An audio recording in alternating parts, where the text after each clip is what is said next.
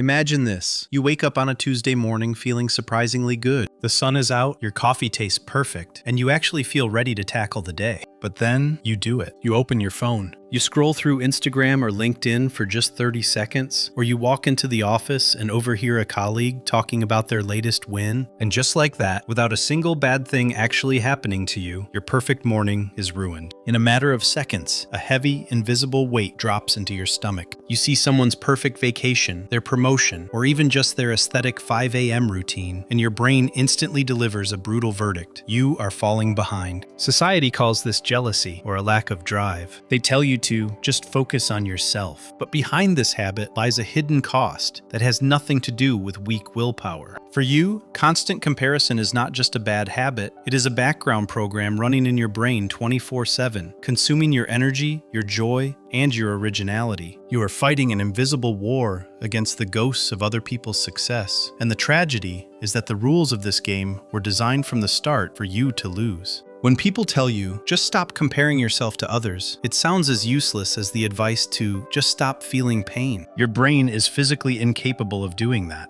To understand why, we have to travel back tens of thousands of years to the time when humans lived in tribes. Back then, your survival depended directly on your standing within the group. In psychology, this is known as social rank theory. If you were strong, useful, and respected, you received the best food and protection. But if you fell to the bottom of the hierarchy, the tribe could simply cast you out. And in the wild, exile meant certain death. Because of this, your brain developed a powerful evolutionary mechanism, a continuous scanning of those around you. It was constantly asking, am I running as fast as they are? Am I bringing in as much value? Am I safe? Or am I about to be thrown to the predators? Comparison was your primary radar for survival. And here lies the ultimate tragedy. Biological evolution cannot keep up with technological advancement. The world has changed. The saber-toothed tigers are gone, but that ancient brain remains exactly the same. Today, it uses that same primitive safety radar in a world where, instead of real threats, it scans for likes, perfect bodies in your feed, and rungs on the corporate ladder. When you see someone else's success, to your primitive brain, it's not just a pretty picture. It's an alarm bell. Your tribesman has become stronger, and you are losing ground. You are in danger. Your brain is sincerely trying to protect you by forcing you to run faster. But in reality, this radar is simply burning out your nervous system. You are trying to win an evolutionary survival race that became an illusion a long time ago. No one is born with a calculator for other people's achievements in their head. A baby doesn't look at the neighboring crib thinking that the other guy rolled over a week earlier. We are taught this brutal mathematics by the very people who were supposed to protect us from it the most. Think back to that moment from your childhood. Maybe it was a casual remark. Look, the neighbor's son already won the math Olympiad, and you're still playing video games. Or your mother's disappointed sigh when she found out someone in class got a higher grade. In those seconds, a tectonic shift occurred in your child's psyche. You learned the most terrifying lesson of your life. You aren't loved for who you are. You are loved for how much better you are than others. Psychologists call this conditional self-acceptance. Your worth became a variable that depends on the context. If you are first, you are worthy of love. If someone else turns out to be faster, richer, or more beautiful, your significance drops to zero. You've grown up, but that internal judge with a ledger of everyone else's grades hasn't gone anywhere. Now he's just changed the scenery. Instead of the neighbor's kid, it's now the millionaires from Forbes or the fitness bloggers on Instagram. You continue to compete in a race you never signed up for, trying to prove to the ghosts of your past that you are still worthy of being loved just as you are. The tragedy is that in this race, there is no finish line, because there will always, absolutely always, be someone who ran 1 meter further. The biggest lie about comparison is that it's supposedly motivating. We are told, look at the best so you can grow. But in reality, for most of us, comparison doesn't act as fuel, it acts as brake fluid.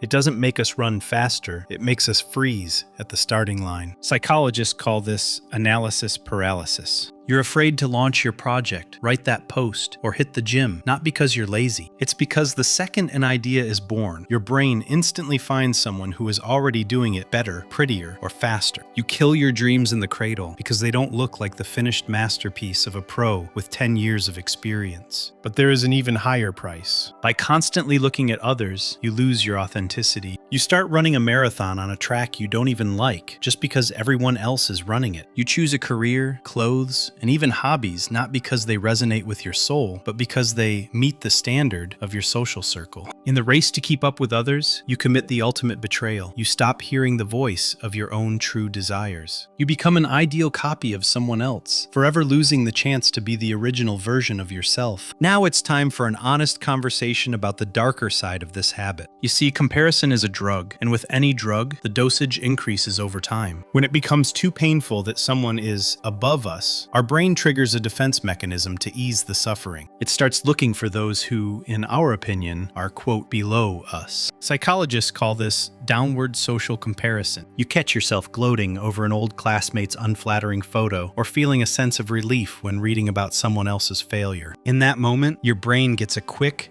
dirty hit of dopamine. For a second, you feel better. You think, well, at least I'm not doing as badly as they are. But here's the trap. This relief is an illusion. By trying to heal your insecurity through others' downfalls, you aren't building your own foundation. You're just standing on your neighbor's ruins. This proves that you are still in the prison of the comparison system itself. You aren't free. You are still measuring your life by someone else's yardstick. You just happen to be on the lucky end of it this time. But as soon as the wind changes and someone else pulls ahead again, this temporary confidence will collapse like a house of cards. True self-esteem cannot feed on others' failures. It must grow from the silence of your own satisfaction, not from the noise of someone else's fall. Now, let's flip the coin. All that poison you've been pouring into yourself for years, comparing your achievements to others, has actually created a unique tool inside you. You see, someone who isn't prone to comparison often sees the world in low resolution. They see the result, but they miss the nuances. You, however, are a master of detail. Psychologists call this high cognitive differentiation. Your habit of constantly scanning others has developed an incredible sense of observation in you. Where others see just a successful project, you see the subtle structure, how the colors are chosen, how the speech is built, what strategy the author used. You are a biological scanner of excellence. Your envy is actually your compass. It doesn't point to the fact that you are worse, it points to what is truly important to you. We don't envy just anyone. We only envy those who possess qualities that we subconsciously want to develop ourselves.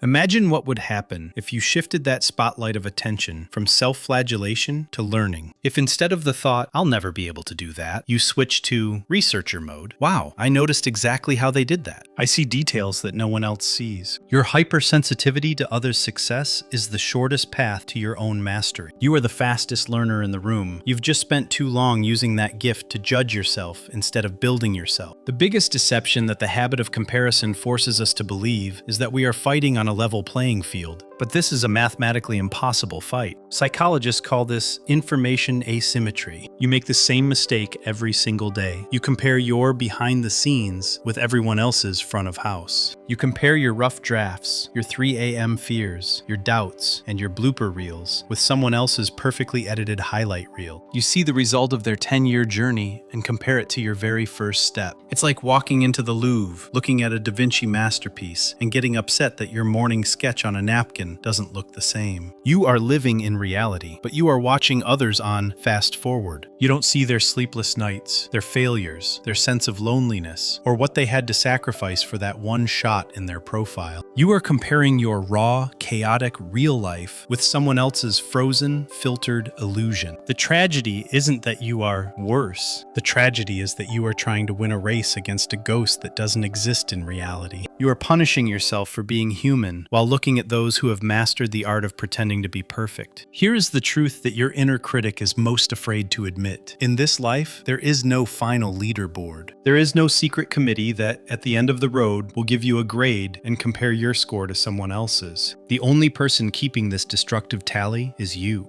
And that means only you can put an end to it. Real liberation comes the moment you realize that someone else's success does not mean your failure. Life is not a pie with a limited number of slices, where if someone takes a big one, there's less for you. The world is infinite in its manifestations. The fact that someone else is shining does not make your light any dimmer. Psychologists call this the shift from a scarcity mindset to an abundance mindset. You no longer need to prove to the ghosts of your childhood that you are are better than the neighbor's kid. You no longer need to apologize for the fact that your pace doesn't match your neighbor's. You have the full, unconditional right to step off this track. Take a breath. Look at your hands, at your life, at your small but real victories that no one else saw. This is reality. The only person you should ever compete with is the version of you from yesterday, and even to them, you owe nothing. You aren't here to be the best. You are here to be yourself. And the second you stop looking around to see who is overtaking you, for the first time in a long time, you start moving in your own, uniquely correct direction. You are free. The race is over.